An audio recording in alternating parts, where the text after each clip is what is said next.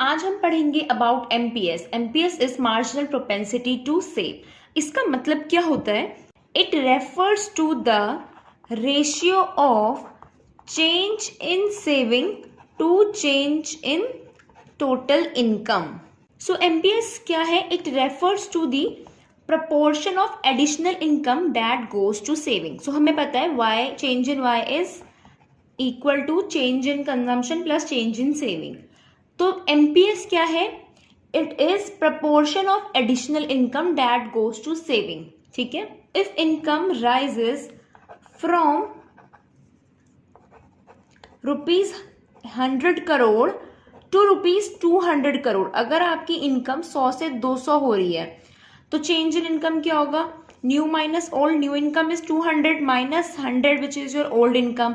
You are getting 100 as your change in income. And saving rises from, saving कहां से rise कर रही है? From 20 crore to rupees 80 crore.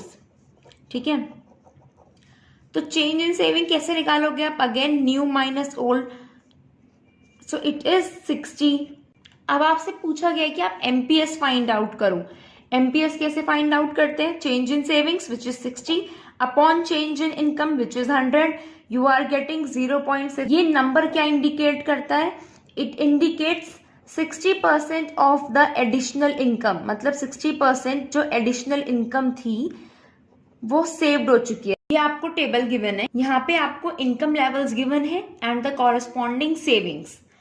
तो जब आपकी इनकम 0 है, सेविंग्स कुछ भी नहीं है, आपसे पूछा गया है चेंज इन सेविंग निकालो. बिकॉज एमपीएस निकालने के लिए आपको change in savings upon change in income निकालना है. बट आपके पास यहाँ पे सिर्फ सेविंग्स है तो आपको चेंज इन सेविंग्स निकालना पड़ेगा.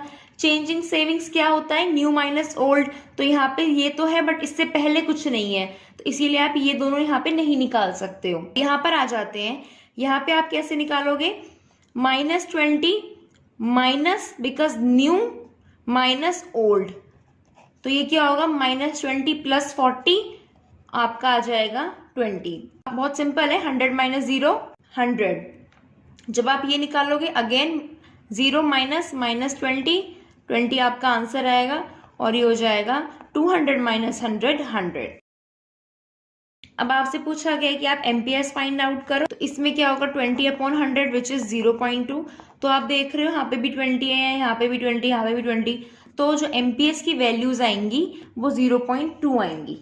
So now let's see the saving curve. So saving curve starts from here which implies that at 0 level of income, जब लेवल ऑफ इनकम 0 है तब डिसेविंग्स है इकोनॉमी में.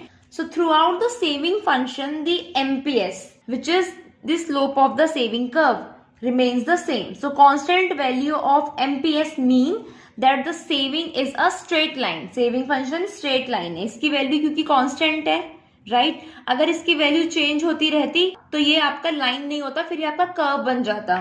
बट बिकॉज यहाँ पे एक कांस्टेंट नंबर आ रहा है, so it mean that the saving curve is a straight line. अगर मुझे इस पॉइंट पर एमपीएस फाइंड आउट करना है, let suppose here I want to find the value of MPS, तो मैं कैसे निकालूंगी? यहाँ पर आपका 400 इनकम है एंड सेविंग्स कितनी है? 40 है. यहाँ पर आपकी इनकम 300 है एंड सेविंग्स कितनी है? 20 है. आपको अगर मैं एक पर्टिकुलर पॉइंट पे बात कर रही हूं तो वो एपीएस होता है, ठीक है? और अगर मैं बात कर रही हूं चेंज, तो मैं इसके बात कैसे करूंगी चेंज की? यहां से यहां जब इनकम गई तो चेंज कितने का हुआ? 100 का. So this is denoting change in y. जब यहां से सेविंग्स जब यहां से यहां गई 20 से 40 हुई, चेंज कितने का हुआ? 20 का. And MPS is 0.2.